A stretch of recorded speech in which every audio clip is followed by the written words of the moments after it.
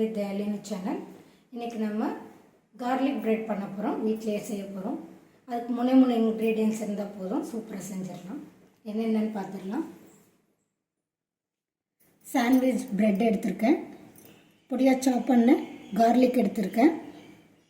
கூடவே கொஞ்சம் கொத்தமல்லி எடுத்திருக்கேன். இது கலருக்காக தான், வேண்டான்னா நீங்கள் ஸ்கிப் பண்ணிவிடுங்க. நமக்கு பட்டர் வேணும். பூண்டை இந்த மாதிரி நல்லா சாப் பண்ணிக்கோங்க. ஃபஸ்ட்டு பூண்டை சேர்த்துடலாம், கொத்தமல்லி சேர்த்துடலாம். உங்கள்கிட்ட சில்லி ஃப்ளேக்ஸ் இருந்தால் அது போட்டுக்கோங்க. நான் குழந்தைங்களுக்கு செய்கிறதுக்காக நான் மிளகுத்தூள் சேர்த்துக்கிறேன். சும்மா ஒரு 1/4 டீஸ்பூன் சேர்த்துக்கலாம். அளவுக்கு பட்டர் ஆட் பண்ணிக்கலாம். இதை நல்லா பீட் பண்ணி எடுத்துக்கலாங்க.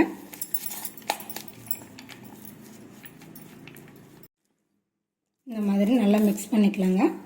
இதை ப்ரெட்டில் 2 சைடும் தடவி எடுத்துக்கலாம். இது சால்டட் பட்டர்ன்றதுனால நான் உப்பு ஆட் பண்ணலை. இதை அப்படியே நல்லா அப்ளை பண்ணிக்கலாங்க.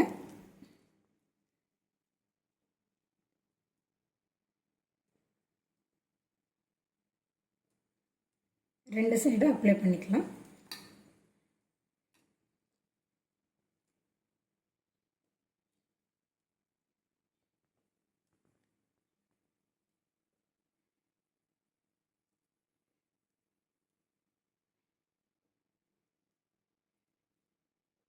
இந்த மாதிரி எல்லாத்தையும் அப்ளை பண்ணி எடுத்துக்கலாம்.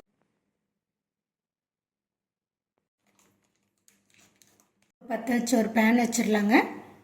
இதில் நம்ம அப்ளை பண்ணி வச்சுருக்க ப்ரெட்டை வச்சிடலாம். நான் சீஸ் எடுத்திருக்கேன். இது ஆப்ஷனல் தான். அங்கங்கே ஒரு சின்ன சின்ன துண்டு போட்டு வச்சுருங்க. மேலே வச்சு அப்படியே மூடிடலாங்க.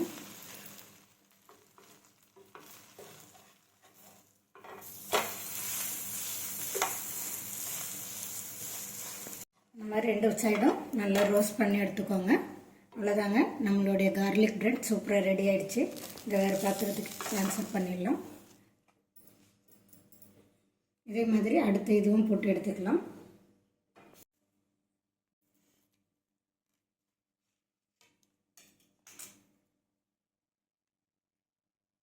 கார்லிக் பிரெட் சூப்பராக ரெடி ஆகிடுச்சு. நீங்களும் உங்கள் வீட்டில் ட்ரை பண்ணுங்கள். எப்படி இருக்குன்னு சாப்பிட்டு கமெண்ட்டில் சொல்லுங்கள்.